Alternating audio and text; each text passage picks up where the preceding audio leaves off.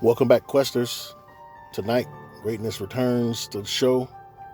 One of our storied and historical guests returns, and tonight we'll be talking about Middle East prophecy, Antichrist, certain names out there in the political world, or the movers and shakers who may be tied in with prophecy, magic, all these things we'll talk about and share tonight with Archbishop James Cloud, and he returns. Looking forward to speaking with him. My partner in crime, Miss Debra Gillispie of Mothers Against Gun Violence, co-hosting tonight. I'm Roy Washington, and like I said, like I always say, topics like this, stay protected and stay close. This is the quest, y'all.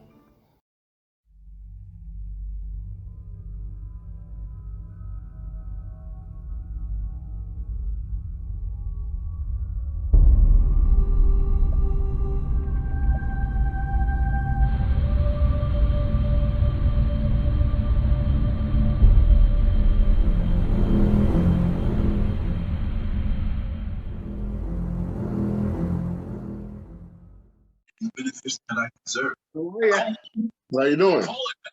Doing well, man. Yeah? Yeah, doing good. All right. It's good to hear. Yeah, we got that house signed and everything, and we get the keys on Friday for the new house. So Okay. I'm pretty happy about that. So James Cloud, Yes, sir. it's been a while since you've been on a case, huh? It has been a while. Yeah. I was called, oh geez, I guess maybe a month ago or so but I had COVID at the time, and it was a friend of mine was doing a show for the Travel Channel, and he was going to fly me out to a certain place and be on the show and everything. So, but wound up because I had COVID, I just did a video conference with him, and it may or may not show up on the episode he did, but other than that, it's been real quiet. Though my wife has talked to a few people, and apparently around here there's quite a few things going on in the area. Just no one's found me yet, apparently. Well, when you say quite a few things are going on, what do you mean? Well, there's one family that's having a oppression issue. Another one that is having something attached and following them around and just making their life miserable. A couple Native American issues on the reservation that I've heard of. Heck, one whole town just away from us. I can't remember the little town's name though. Like Little Eagle or something like that. But apparently the whole town is haunted, and it centers around the church building, the old Episcopal church out there, and the graveyard. So that's interesting too. Yeah. Have you thought about going out there to investigate it? No, I don't have much gumption to go investigate unless someone calls me. Just because between moves out here and everything else, and me being a stay-at-home dad, I'm tired most of the time. Those kids take it out of me, I tell you. Well, you said it when you said stay-at-home dad. You said it all. Yeah, because my wife was a stay-at-home mom, and then she wanted to pursue her career out here, and we wanted to leave Oregon, and so I said, well, go for it. I'll stay at home. I'll do the traditional mom thing. I don't mind. And so she's pursuing her dreams, and I'm the dad staying at home, cooking, cleaning, doing all that good stuff. All right. I was so interested about being involved in the podcast today when Roy said that you felt that there was something going on spiritually. I really thought that was important to talk about, because I noticed as of late, I've been seeing all of these Christian advertisement.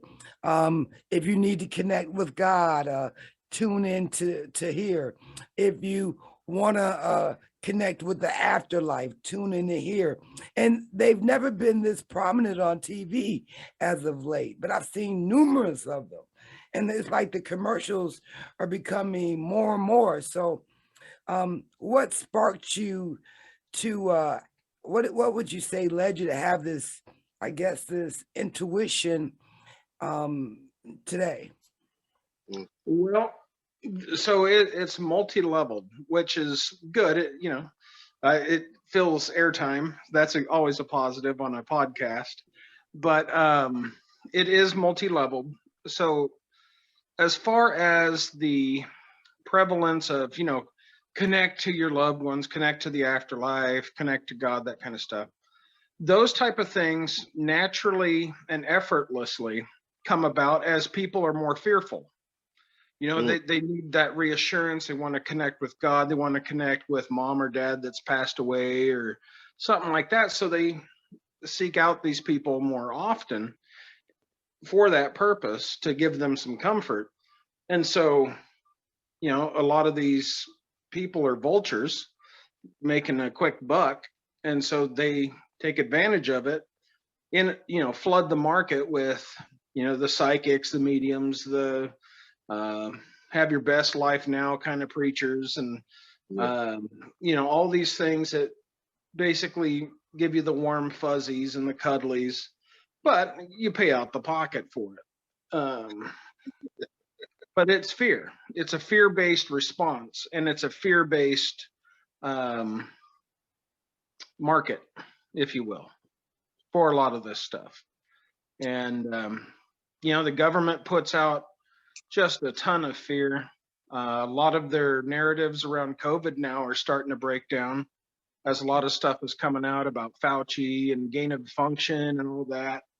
And what's gain of function? Basically to weaponize a virus. See, Fauci had been saying for the 2 years now, especially at the beginning, well, we don't know where it came from. It just magically appeared, in China.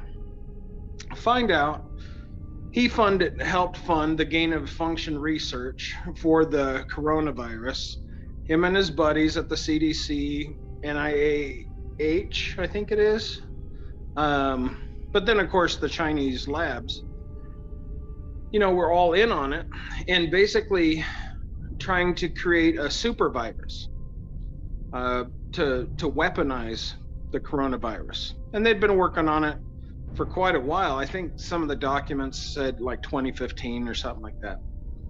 So, everyone, the CDC and the president and everyone else at the time put forward like Fauci was, the golden child, and he was the only man that could, lead people straight.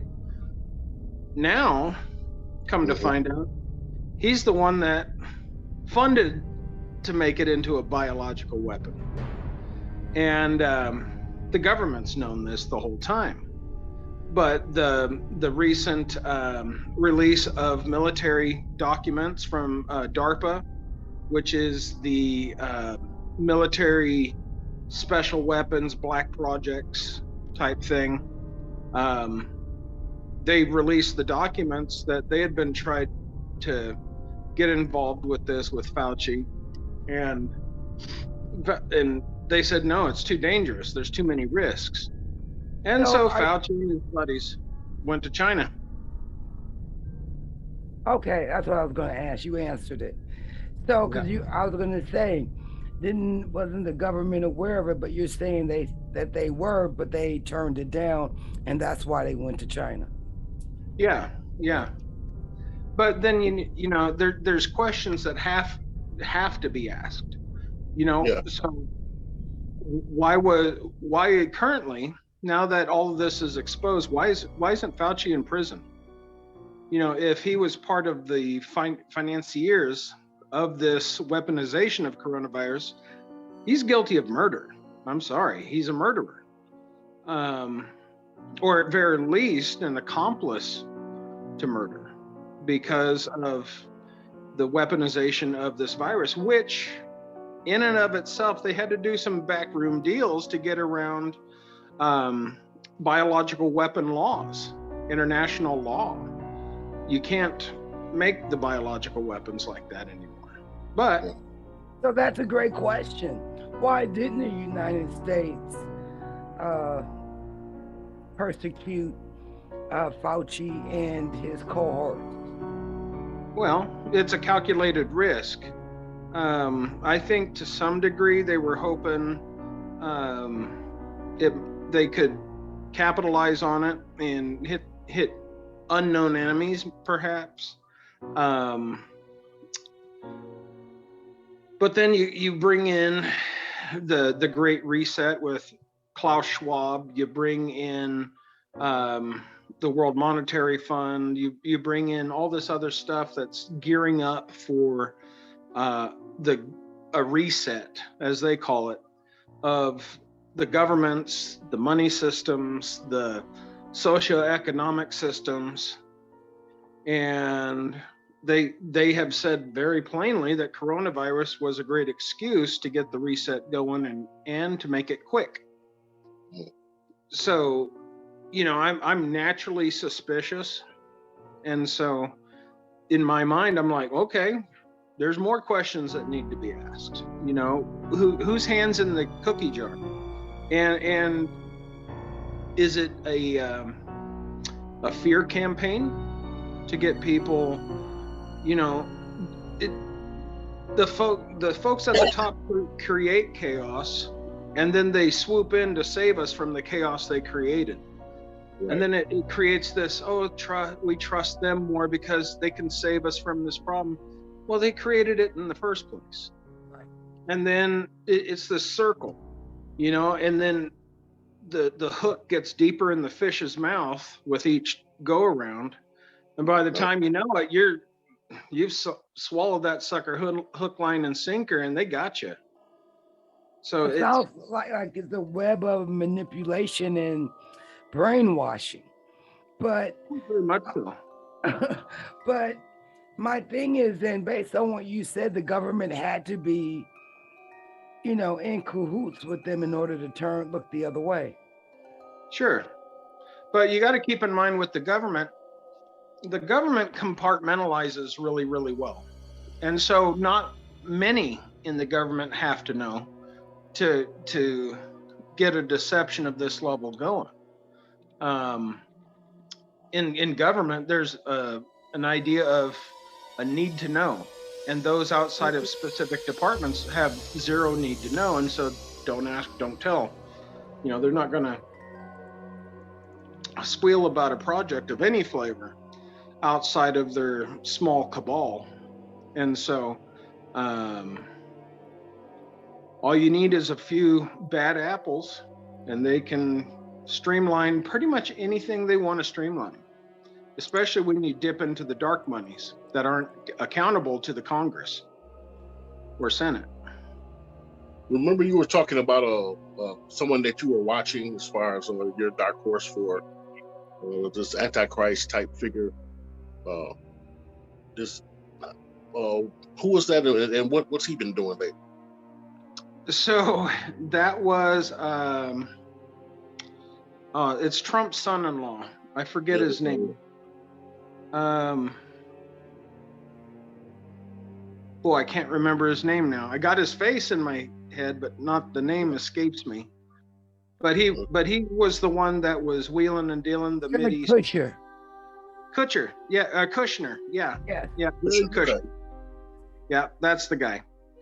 He's been very busy behind the scenes doing swinging peace deals and everything else for the Middle East.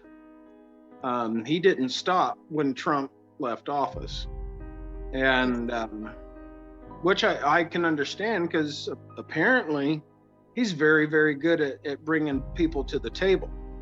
Okay. So he's still a good candidate. And honestly, Israel has always been God's timepiece. So you always look. I'm every day. You could ask my wife. I'm looking at Israel news. I'm looking at what's the current state of the Iran and Israel, standoff, the Turkey and Israel, how Russia is starting to interact, what some of their things going on. Just taking a pulse of that area, because I'm pretty certain, and that would be 95% plus certain, that Antichrist will come to the forefront once Iran and Israel and the Arabs that are aligned with Iran go in for an attack. A nuke will be used. It's hinted at in the scriptures that nuclear war, that Israel, given that they'll be outnumbered and outgunned, will use nukes, and that the bodies will litter the hills of Israel. And they'll even put down little radiological markers where the radiation is too much. So, wow. But I think Antichrist will rise right after that. So, Peace deal. Go ahead, Roy. I was looking at something, because we were so kind of upset with Trump was in. Biden's numbers, his approval rating is down pretty much right now. Do you think that voters got that relief they was looking for with him entering office, or are we still in hot water? Well, I think they voted for Biden simply because they didn't like the mean tweets, or because of Twitter tweets. Or his orange skin, Cheeto Man as they called him, and whatnot. I think they were willing to vote in paraplegic dog as long as it wasn't Trump, Okay. And they pretty much got that with Biden, because the poor guy, it's pretty obvious his mental faculties are pretty shot. It's pretty obvious he's on a tight leash.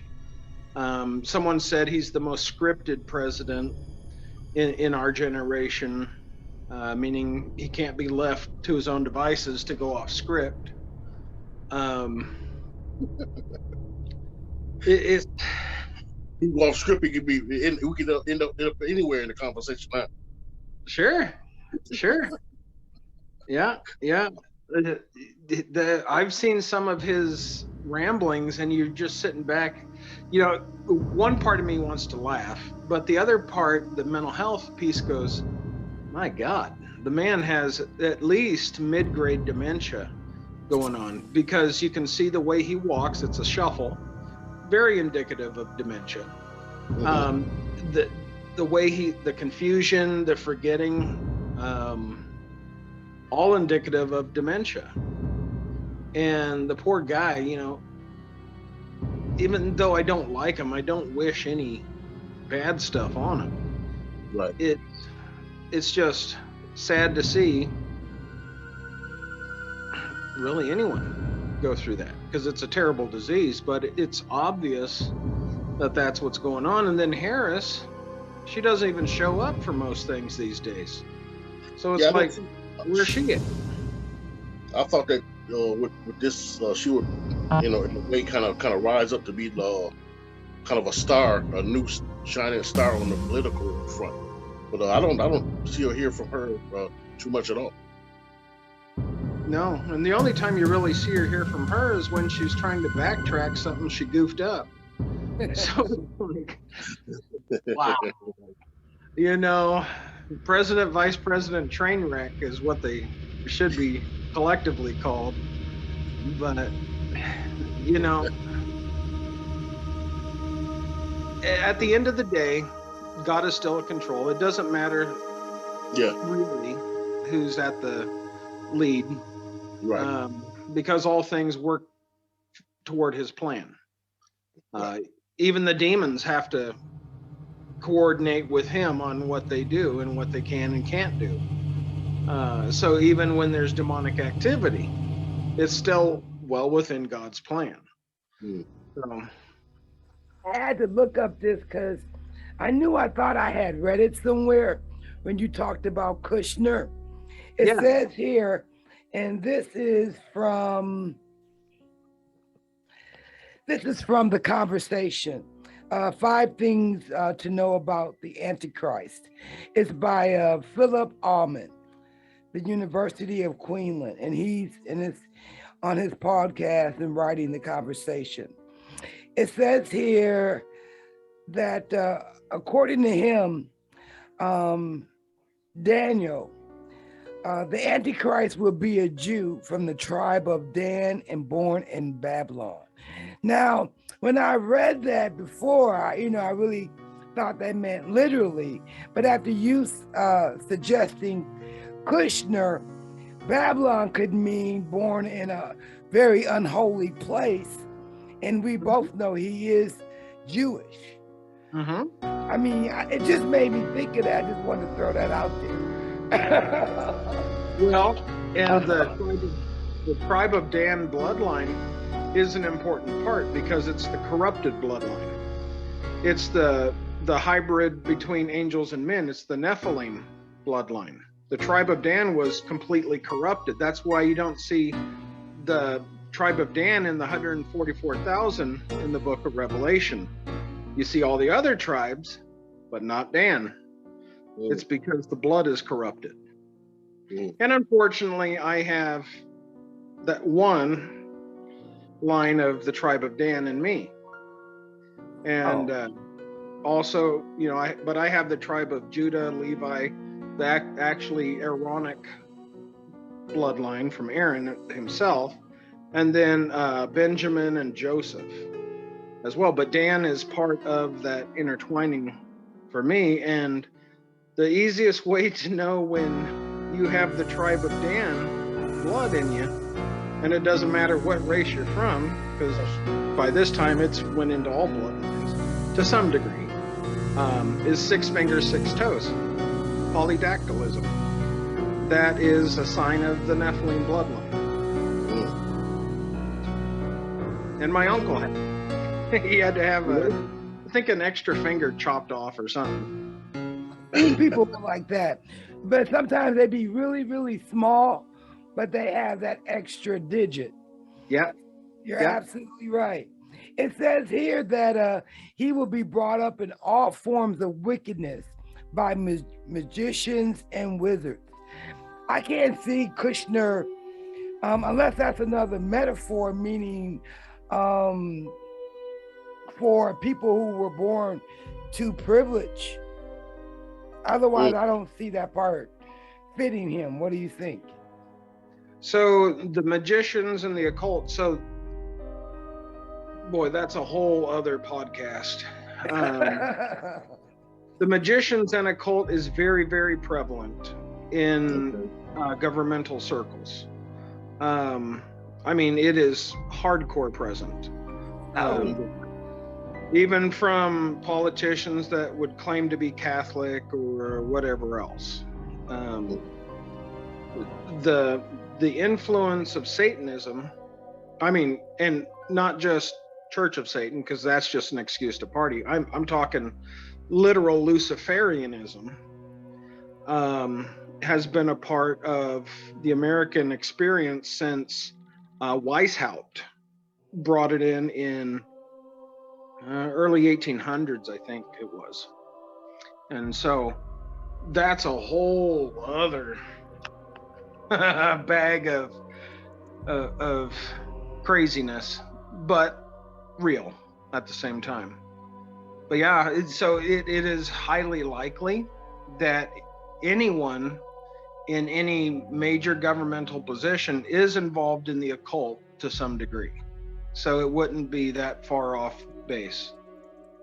Like on Saturday, I think he comes on Saturday mornings. I've been kind of watching them for a while now. But when you talk about magicians and everything, these guys doing this supernatural stuff. Chris Angel, Oh yeah. Mind Freak. Mhm. But I'm watching every time when I watch him now. I'm thinking, could this be someone who? I mean, he's starting out as at least like a rock star now and everything. But is this Sure. somebody who could rise up and be an influential part in prophecy coming up? Stuff he does is just crazy. I mean, I assume, Yeah, I I've had seen assumed, some- Roy, when you see those tricks, that whoever is doing it is, in on the trick. yeah, That's what I thought. but I also believe there could be some kind of supernatural influence in there as well. Because from my understanding, from what I see, it's the folks in the crowd is right there seeing some of the stuff. So, what are your thoughts on that, Bishop Cloud? Well, so there's one of two options, honestly. Either it is a spiritual thing and everyone around is, dumbfounded at it happening, or everyone's in on it that's in the general area. Okay. So it's an either or on that. Mm-hmm.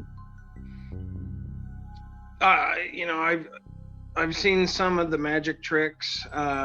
One magic trick that I actually have seen often is where this guru is supposedly levitating with just a staff under his arm, and he's levitating. Well, the reason why he has a loose robe is he has a complete harness and a seat under his robes, and it goes down the arm and then connects down. And it looks like he's floating, and he's like real whoopie-doo. It's just literally smoke and mirrors. But there's been some things that I've seen Chris Angel on that I've wondered. I go, dude, is that a demon or what? Because remember when Moses went to to Pharaoh and said let my people go, and he dropped his staff and turned into a snake, and Moses they did the same thing, even Yeah. though Pharaoh them did the same thing, even though Moses was able to his snake was able to overcome theirs, but still they had magic and magicians who was able to do things as well. Sure. Pharaoh, so that's why I could ask that. Yeah, I'm well, sure some Moses grew up. explanation for a lot of stuff, but can some of it be just straight up supernatural, where you're tapped in with the big man downstairs somewhere, or whatever? Well, I think the only way you would be able to tell the difference, unless you're very sensitive to it, is to actually be there when he's doing his tricks, and to be able to look at it from every angle and get up on in wherever the magic's going on. And if you see absolutely nothing, then yeah, it's probably a demon. But Wow. they won't let you get all up in their stuff and take a look, and that lets you know it's either everyone's in on it, or something's going on. Yeah, he has something that's pretty. They look pretty. Like when he's walking, he's climbing through the walls and stuff like that, going through glass. It's kind of crazy. Oh yeah, absolutely. What is his name again? You gonna have me look him up. What's his name, Roy? Chris Angel. Chris Angel. Okay, I'm gonna check And him out. the name of it is called Mind Freak. He's he does all kind of. He's almost like the Harry Houdini of our time now. Okay, I'll He's check it out. Escaping out of the canisters filled with water, and then that's chained down, and he's escaping out of there and all kind of stuff. But some of the stuff it's kind of raises my eyebrow a little bit, But some of it, you figure so it's a reasonable explanation for some of it, but then there's some that kind of once in a while get me, Sure.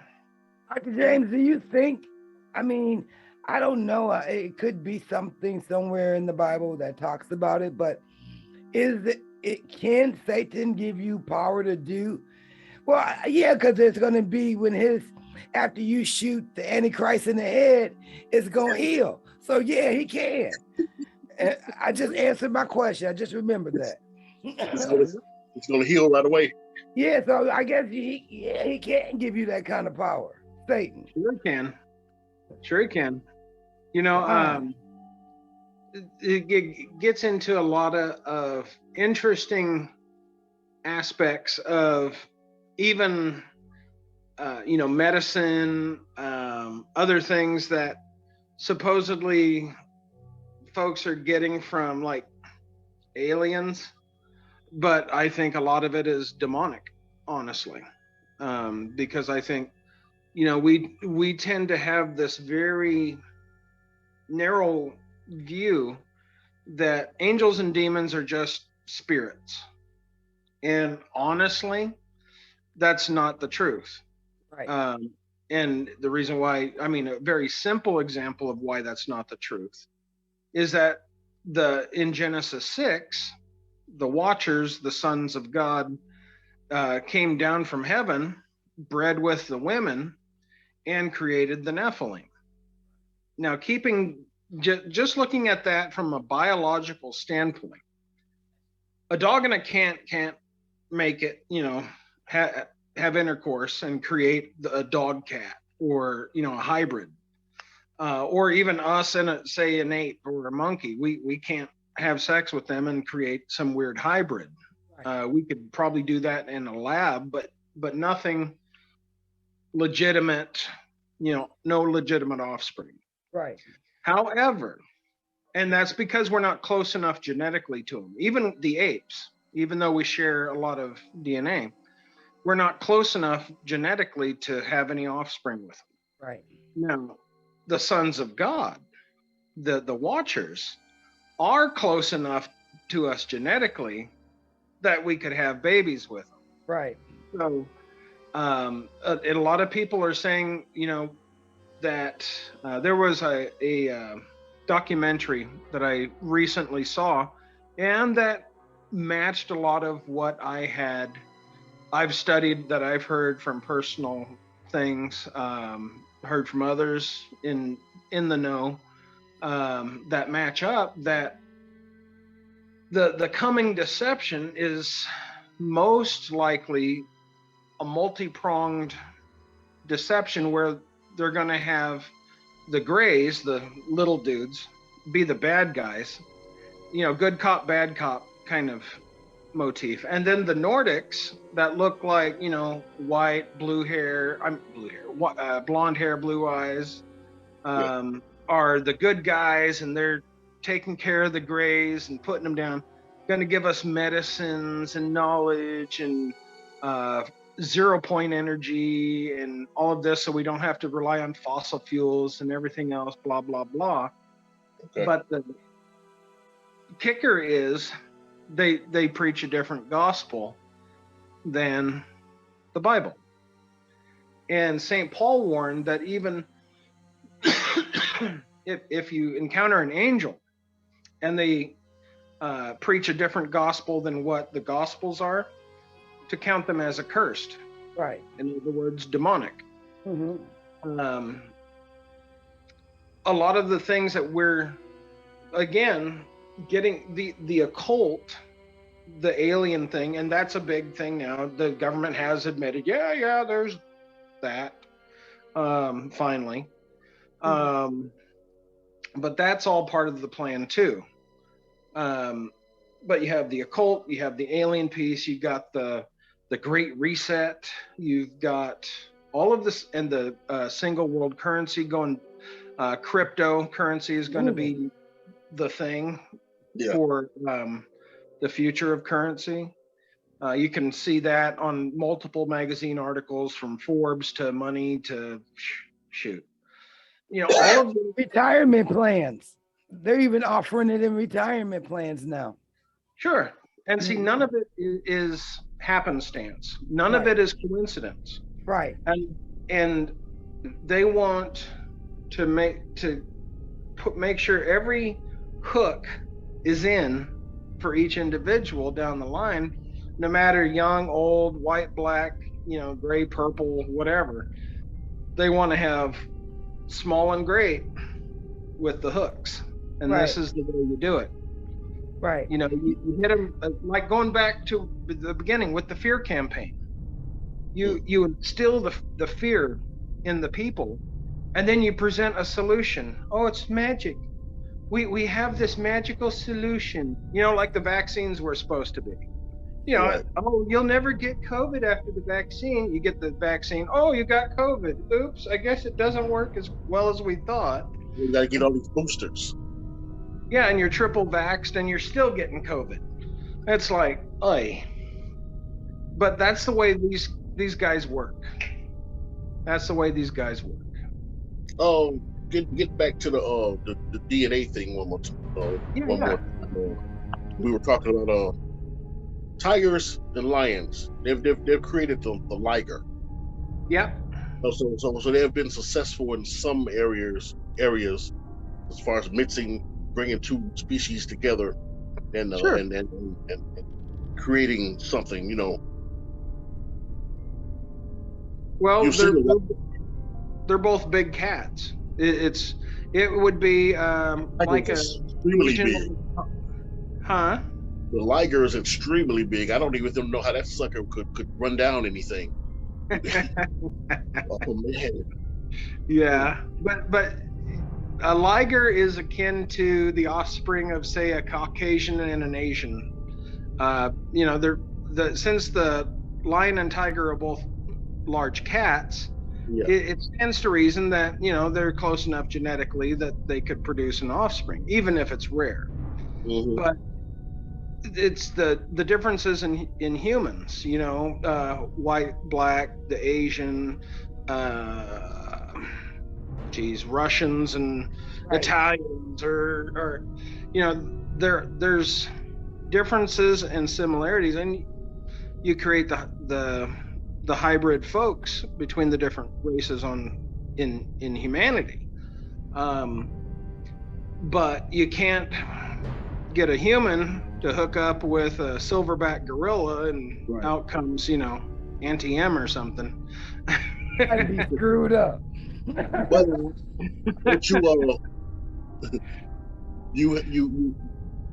what you say about the because now, like I said, now they're coming out with all this UFO talk. Opening up about that, and then supposedly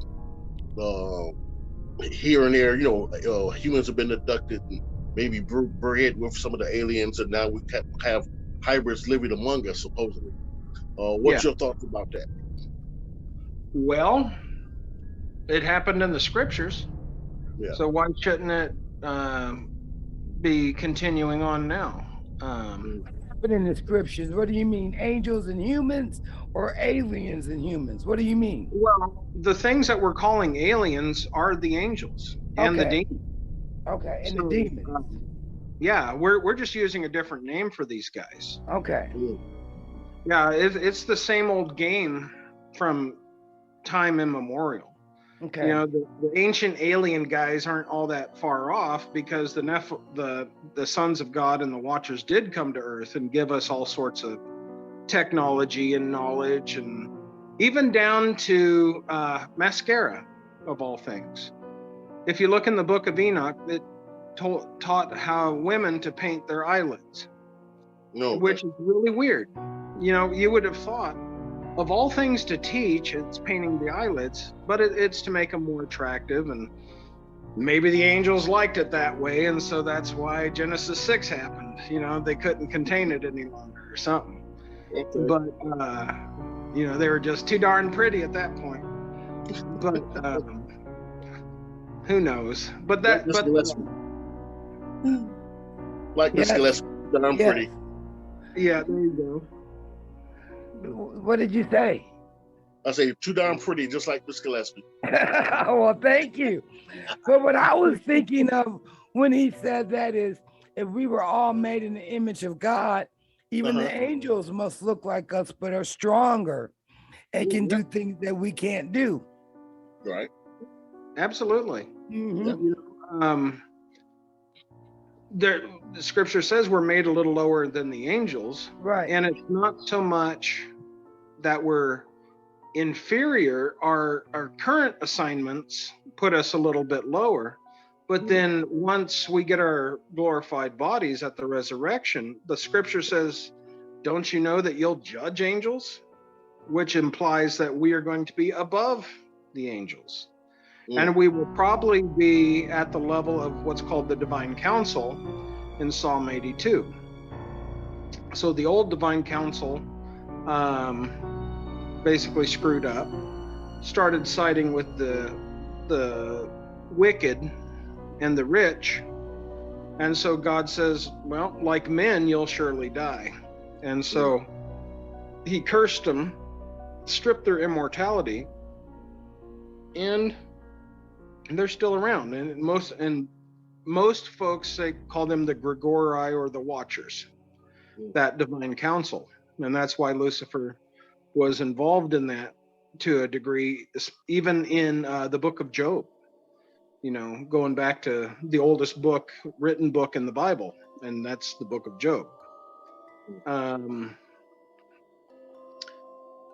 So all of these things that people have spiritualized over the millennia are literally flesh and blood, but they're not, people aren't privy to that. We've gotten so used to spiritualizing things that we don't comprehend that heaven and earth do intersect. And even, you ask most Christians, they don't know that New Jerusalem is going to sit on earth one day and that we're not going to heaven anymore. Heaven's coming to us. And Jerusalem is going to set down and make the earth, unless Lord makes it a bigger planet, look like a big doorknob. Because New Jerusalem is 1,500 miles high, wide and deep. So it would look like a doorknob that's been yanked off a door. But that's literal. That's flesh and blood, literal. It's a city in the sky, dimensional or not, that is going to come out, set down, and there you are. And God will be with us. Truly, Emmanuel, God with us. Yeah. All right. When so getting back to what you said on the last podcast, that you notice it's been a kind of slow as far as you getting cases.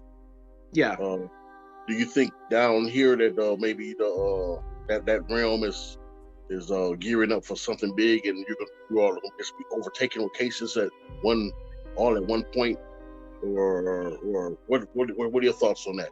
You say you and your people were talking about how things have slowed down. It seems as if something's going on. Oh, absolutely. It's been so slow. The exorcist and 2 demonologists under me, they're basically saying it's like a ghost town, as far as reports coming in or cases. And we all know how the enemy operates. And so we're like, crap, it's going to be a tidal wave soon, because the enemy never stops. We know that. And he's always trying to make life miserable. So this quiet, this lull is preparing for something bigger, something that's coming down the pipe. And who knows, and when it finally flushes out, more than likely we'll have more cases than we can even handle. Do you think that because morality has changed, so things that used to be unacceptable is so acceptable now that it could be operating in the open because things are so acceptable that used to be unacceptable? Things that we would think that were disgusting and immoral are now okay. Yeah. Sure. So could it be that people are accepting evil under the guise of that's okay? It's a cool thing to do. If that's what you like, that's okay. Sure. Well, look at the current crime rates. Look Right. at the rate of murders, and look at the newspapers. They had there was a school down in, I want to say Tennessee or something like that. I can't remember which state it was in, but they had an after school class that was the Satan Club, and the local Church of Satan came in and let all the kids in whatever they're doing. Then you have the glorification of everything demonic. I mean, just straight out in the open. All these music artists, video artists, whatever, putting the satanic, the demonic, just laying it all out, not even trying to hide it. You got all of them doing the whole left eye thing, the Left eye. actually, Left eye. but they always do the one eye. Okay. Well, so, and because it's always the left eye is the side of the occult. Okay. It gets back to the eye of Lucifer. I hate to use the word Illuminati because they exist, but not like a lot of folks are thinking they do. I mean, they're tucked into big court type stuff. They're not messing around with the little piddly chump change. But whenever you see an artist or someone, they'll be covering up an eye or making just a triangle around the eye or something weird like that. It's always left side. The left side is the hidden path. It's the occult path. And so when it's the left side, it's the eye of Lucifer that they're showing. You said the left side is covered or uncovered? Uncovered usually. Okay. So it would be. I'm just looking at an artist on the internet the other night, Lisa, and Coach Jam. I remember she had that patch was over, the hair was over the right eye, but whatever. Yeah. It would make sense because of leaving the left eye open and exposed. Yeah. Oh, so you always cover the right eye. Yeah, it's an occult sign. Yeah, and it started a movement. She said it was because she always messed her hair up, and she had the hair over her right eye. But yeah, you remember that song? I Wonder If I Take You Home, Miss Gillispie. She was with Full Force, and they was all together. But I always tell this story too that when you talk about music, Archbishop, as a kid, being in the house listening to the radio and listening to the legendary Dr. Bob. Miss Gillispie, you remember Dr. Bob? Of course. Yeah, and the Isley Brothers had that song Between the Sheets, and I remember he got on the radio and they played a little bit of it. He said, because of the lyrical content of this song, we won't be playing this on the radio. That's when I was a kid. Now you got songs that make Between the Sheets look like a bedtime story, and that's played on the radio, and so how we've how we've just accepted any and everything now. Oh, absolutely. Even when I was a teenager in the 80s, 2 Live Crew. I mean, come on. Oh, yeah. Yeah, that was. I listened to a lot of stuff when I was a teenager, and that was one of them. Oh, you like the 2 Live Crew? Oh yeah. They had good beats. Get it? Okay. So, Dr. James, I just want to make sure I get one thing. The left eye is uncovered, and I mean the left eye is uncovered. The right eye is covered, and the left eye uncovered means the what path? It's the hidden path. It's the occult, basically. Yeah. And they call it the left-hand path. Okay, left-hand path. Yeah, Miss Gillispie, look up that video on YouTube. You remember Lisa? I Wonder If I Take You Home. That was her hit that she came out with. Yeah, I remember. Yeah, she had the pink outfit on. Yeah. Mhm. Yeah, and see, none of this is new. This is Right. as old as the hills. But you know, there's a saying in certain circles: the conspicuously inconspicuous. Mm.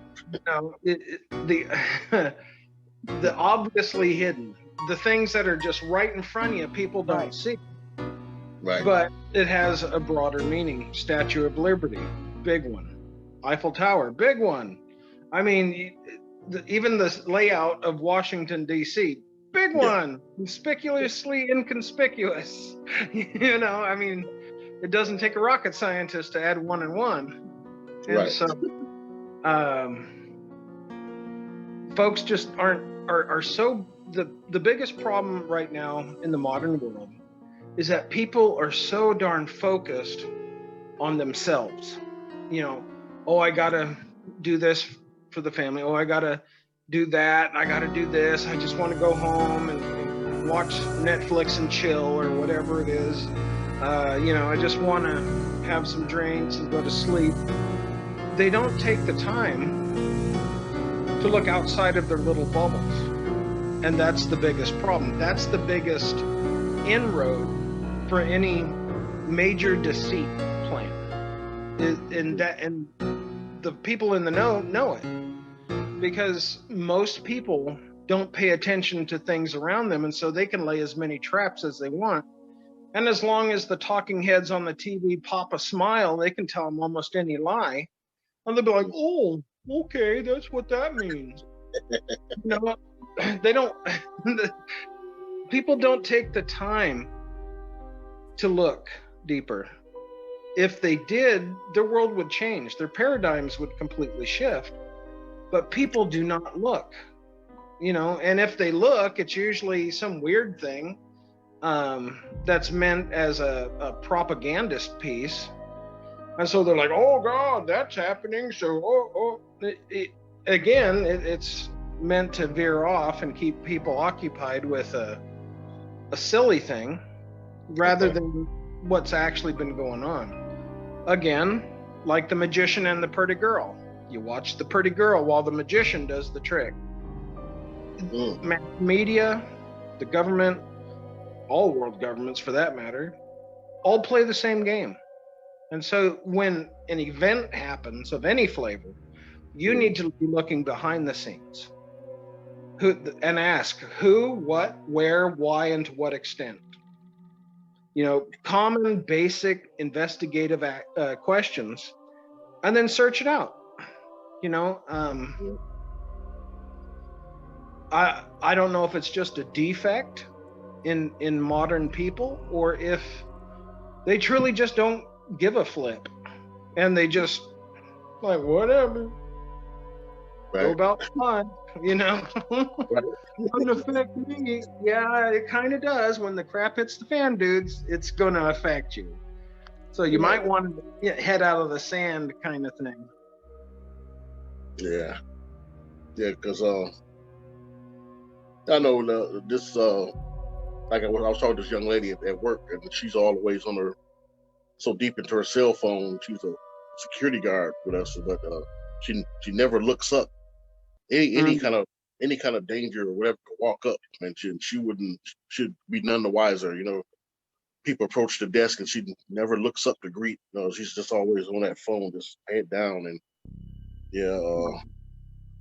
That's dangerous.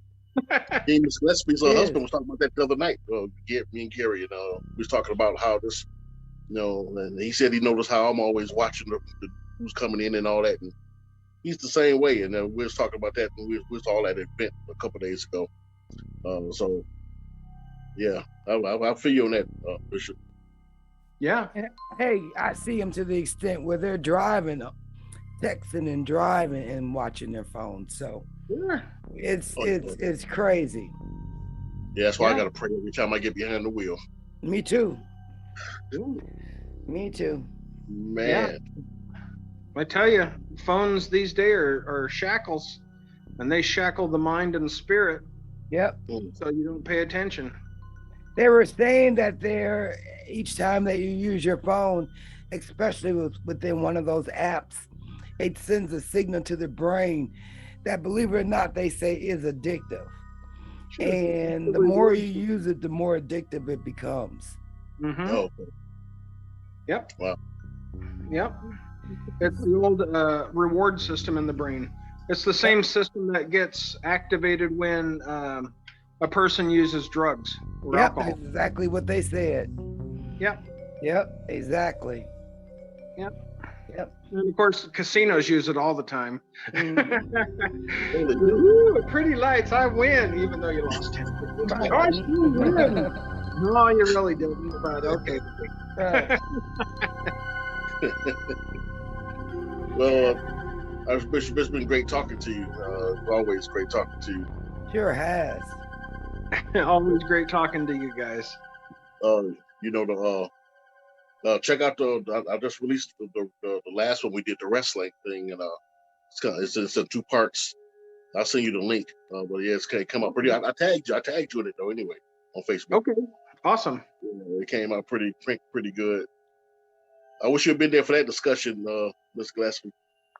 It sounds interesting. I meant to make it. Oh, I remember now. Me and Gary was out. Yeah. Yeah, we got back late. Yeah. So what's besides being Mr. Mom? What's in your immediate future right now, sir? Just signing the paperwork on Friday for our new house and getting the key on Friday, and then moving in. And You guys hiring a company to help you move in, or do you? Oh yeah, Yeah, I'm gonna be putting a little ad out. We'll pay some folks some decent money to help us move, and because my back, I might be 6'2" and built like a moose, but my back is bad. And so I can't cash those checks my body used to be able to. I hear And, you. Is your wife the type that has a whole bunch of stuff? A million persons, shoes, all kinds, everything. No. You know what? I'm actually blessed with her. She doesn't like big diamonds. She Okay. doesn't like collecting shoes or clothes. She's very minimalist. And she's happy with just the smallest things. No, And You are blessed. I am very blessed. You are. You are. Yeah. I agree with her with everything except for the big diamond. Those are my birthstones. Sure, why not? Diamonds are my birthstones. And you don't have anything that you kind of have like you're not a sneaker person or a person who likes a lot of shoes or hats. No, I'm pretty close to a minimalist. Okay. I don't require really much of anything. And I think it surprises a lot of people because, there are a lot of bishops and whatnot, and they prance around in all these suits and jewels and, act like they're King Farouk or something. And me, I'm just sitting there. I'm like, I don't care. I'm a garbage disposal. I'll eat anything you want to serve me. To drink, I don't care. Give me some sweet tea or something.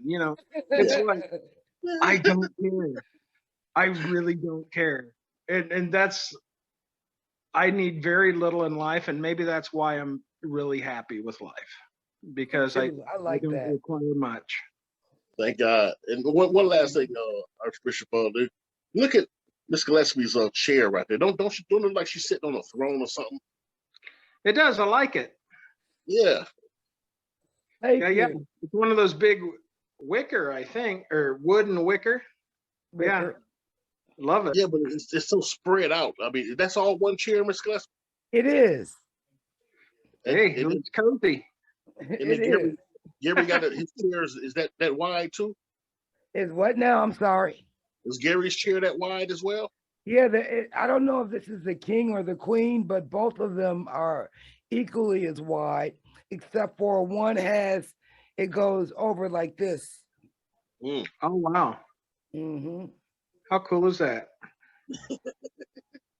Well, that's pretty nice. Archbishop, thank you, my friend, and we're definitely gonna have you back on soon. Thank you every time you come on, man. This has been a blessing to talk to you. Hey, you're welcome. Always happy to do it, man. What great information we received. Great information Wealth tonight. of information. Yeah, and, I always tell folks, don't take my word for anything. Go look it all up, because it's Amen. all out there. And all you have to do is look it up. You don't have to take my word for it. That's right. It's just sitting there waiting for folks to discover it. You see me, I wrote mine down. I got my homework. Good. And I get it when I do the edit. I like the two-tone beard there, sir. They're looking nice there. It does look nice. Thank you. Yeah. So send me a new photo for the marquee, and maybe with a stogie, and with your cleanest wood. Yeah, I know of a couple photos I have. That'll be good. With the stogie. Oh yeah. Some of his photos just be looking like, hey, mess with me if you want to. I'm the wrong one. That one doesn't look like it. I thought that maybe he had been like in a movie or something, because it looks pretty GQ with the two-tone, the silver and black. I thought, he had did something purposefully. It's a really nice look. The Lord gave me. Yeah, that's a nice look. He got a black and white one that I think I lost, but that was really nice. They looked at straight Clint Eastwood, spiritual. Well, I can send you that one again. Yes, send that one again. That's just nice. Yeah, absolutely. I have that one. All right. So I will be talking to you, and I love both of you guys, and thank you for a great night. It was a great conversation. Yes, and congratulations on the new home again. Yes, oh, thank you, Miss Gillispie. You're welcome. Thank you very much. Love you guys too. You take care. You too. Bye-bye. Bye-bye. Bye-bye.